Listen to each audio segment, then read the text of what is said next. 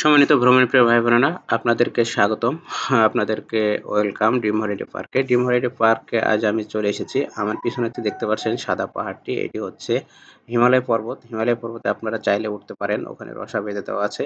রসা দিয়ে আপনারা ওই মাথায় উঠতে পারবেন।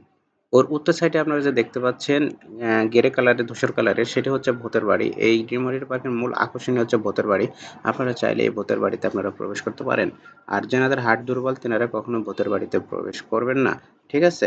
তো ভূতের বাড়িটা এখানকার মূল আকর্ষণ। চাইলে আপনারা অবশ্যই এখানে উপভোগ করতে পারবেন। আর এখানে প্রচুর পরিমাণ রাইড রয়েছে, মজার, মজার রাইড রয়েছে।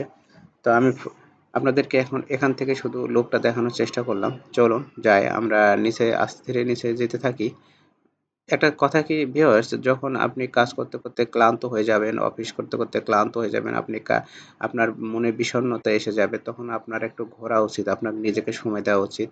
বিভিন্ন জায়গায় আপনি ঘুরতে পারেন, এরকম সুন্দর পরিবেশে, প্রাকৃতিক পরিবেশে, হোয়াটএভার যেকোনো জায়গায় ঘুরে আপনি মনটাকে রিফ্রেশমেন্ট করতে পারেন। রিফ্রেশমেন্ট করলে পরে আপনার নিজের প্রতি আত্মবিশ্বাস বাড়ে, কাজের প্রতি স্পৃহা বাড়ে।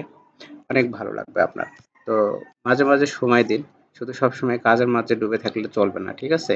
রিফ্রেশমেন্টের দরকার আছে। আমার পিছনে এই মুহূর্তে যে রিক্সাটি দেখতে পাচ্ছেন, এটি হচ্ছে সাইকেলের চেইন দিয়ে সম্পূর্ণ রিক্সাটি তৈরি করা হয়েছে। খুব আকর্ষণীয়। তো এই রিক্সা ধরে, ধরে সেলফি তুলতেছে অনেকে। তো যাই হোক, আমিও একটু আপনাদেরকে দেখানোর চেষ্টা করলাম। আপনারা দেখুন কত সুন্দর মডেলিং করে ছবি তুলতেছে। তো যাই হোক, ড্রিম রিল্যাক্স সেন্টার আছে এখানে। চাইলে আপনারা সেখানে রিল্যাক্স করতে পারেন। ১০ মিনিট রিল্যাক্স করলে ৳১০০ আপনাকে গুনতে হবে। তো আমরা এখন ওই যে আমার পিছনে যে গাড়িটি চলে যাচ্ছে, ওই গাড়িটি চড়ে আপনি কিন্তু ঘুরতে পারেন। ৳৭০০ গুনতে হবে। আপনি যদি হাঁটতে না চান তাহলে পার্কটি ঘুরে ফিরে আপনাদেরকে দেখাবেন।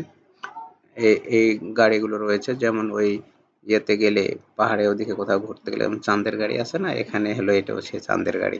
তো যাই হোক, চলুন আমরা ঘুরে ফিরে আরো দেখতে থাকি বিস্তারিত। ওকে, সঙ্গেই থাকবেন।